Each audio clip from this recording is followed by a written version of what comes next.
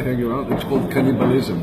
When a judge and attorney get into a fight, that's called, because it's like within the gang. So she decided to screw an attorney who represented one of the creditors. So she faked the protocol of the hearing in 31 places in the protocol and inserted all kinds of things he didn't say in order to file a complaint to have his license revoked for misconduct in court. Wow. So now, because she submitted this complaint to the Israel bar, and it was an attorney, and it was a fake record, this unusual combination led to the fact that it was really investigated. So then you have the report of the Ombudsman of the Judiciary in your case. It starts by the honorable judge saying that she never faked anything. What was her name? Her name is Varda Al-Sheikh. Okay. A very well-known figure. She did some of the biggest bankruptcy cases in Israel. So she said, I didn't fake anything anyway.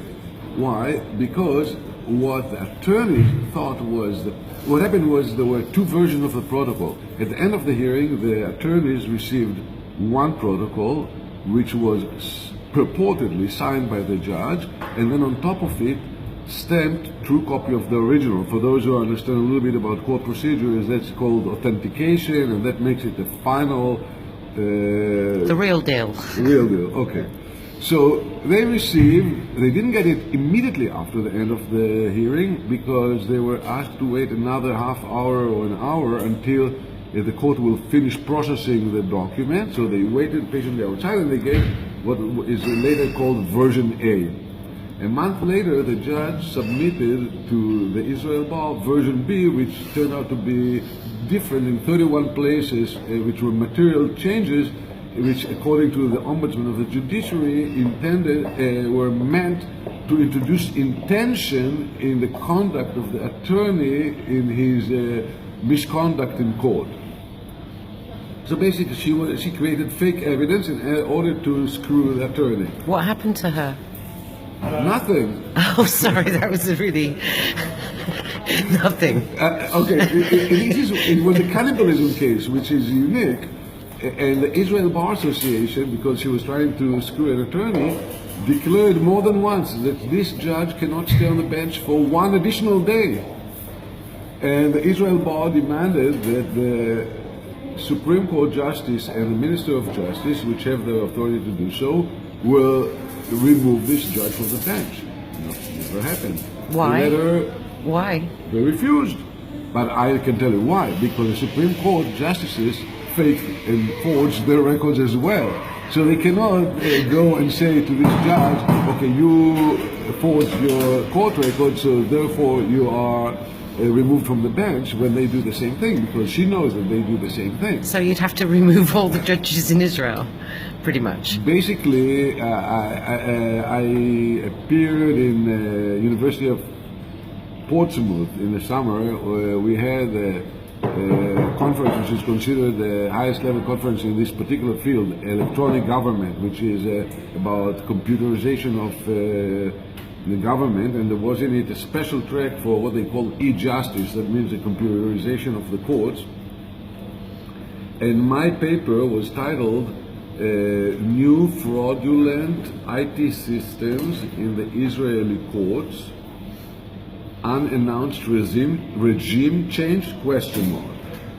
So the title was on purpose provocative, but I thought I did a good job in providing the documentation to the level that is required in academic field, and I did submit it according to the deadline and with the correct font size and margin size and everything. And I did receive, in this case, a receipt of my submission, but a date of notification passed. I never received any answer, did it pass or not pass? So I sent a notice to the organizer. I said, please inform me, did I pass or not pass? Their review, peer review it's called, but they sent it to experts in the field and asked, no response. So finally, I looked up in the conference page and I found that there were two keynote speakers. One was a professor from Cambridge, Sir, I don't remember his name, a world expert on IT system, and the other one was a professor from University of Portsmouth itself, also a prominent world expert in IT systems.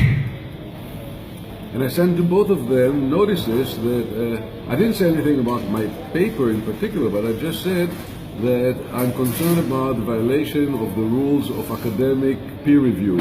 I did submit my paper in the deadline. I did submit it according to the instructions, and they refused to tell me if it passed or not. 2 days later, I received notice it was accepted for publication and presentation in the conference. So basically, the paper claims that in the last decade, the Israeli courts passed corruption which is unparalleled in the history of the state of Israel. Why aren't you arrested? Pardon? Why are you not arrested? Oh, because I never leave home without my German passport.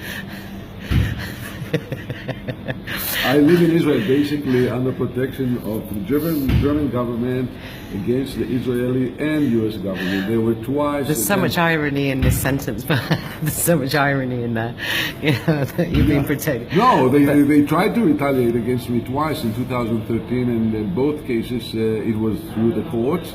And both cases ended when I went to the German consul and I submitted a request for protection of a German citizen in Israel. And they gave it to you.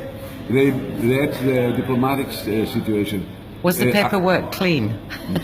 No, the issue is you know, because you do check on all this. I met the consul and he took my issue very seriously, and I got the papers stamped, and after that he asked me to provide additional papers. But in no case did they ever tell me, the German government, what they did. But my problems disappeared. I actually think that no one would dare give you a piece of paper in this country, knowing that you would probably check the source of it for the next 20 years to make sure it was real. Even a receipt for the coffee. I'm going to stop at this point and talk to you off the